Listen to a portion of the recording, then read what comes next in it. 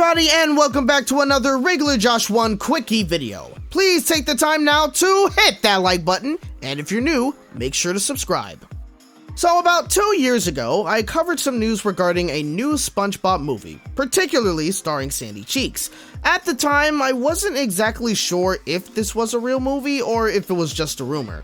I mean, if anything, a movie about Sandy Cheeks certainly would have been interesting. Imagine if we got an origin story. It would be cool to see how she got into karate and science and how and why she decided to live in Bikini Bottom. I am sorry, but I just cannot accept that supposed reality that Sandy Cheeks went to an underwater camp as a kid and met SpongeBob there at Camp Coral. That just does not compute with me. However, we did recently just get confirmation that we are indeed getting a new SpongeBob movie starring this squirrel this time around in Saving Bikini Bottom.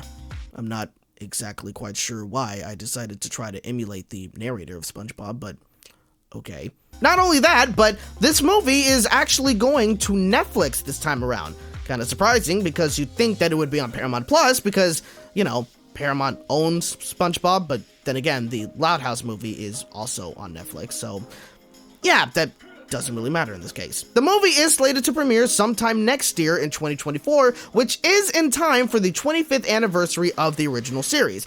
I do remember Tom Kenny hinting at a couple of things being planned for the anniversary, and I'm sure this movie is possibly one of those things. I mean, from a marketing standpoint for the anniversary, it does make sense. 25 years later, and here we are with SpongeBob's 4th movie. Who would have thought? We did also get a first look at the film, seeing Sandy and SpongeBob riding on some shamclowls.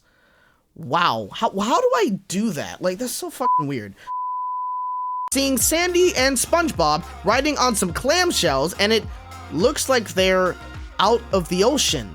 I have so many questions about that in terms of, well, why is Sandy Cheeks still wearing her helmet and her swimsuit, or spacesuit, I guess, and why SpongeBob doesn't have a helmet, but you know what, I'm not going to dwell on that right now.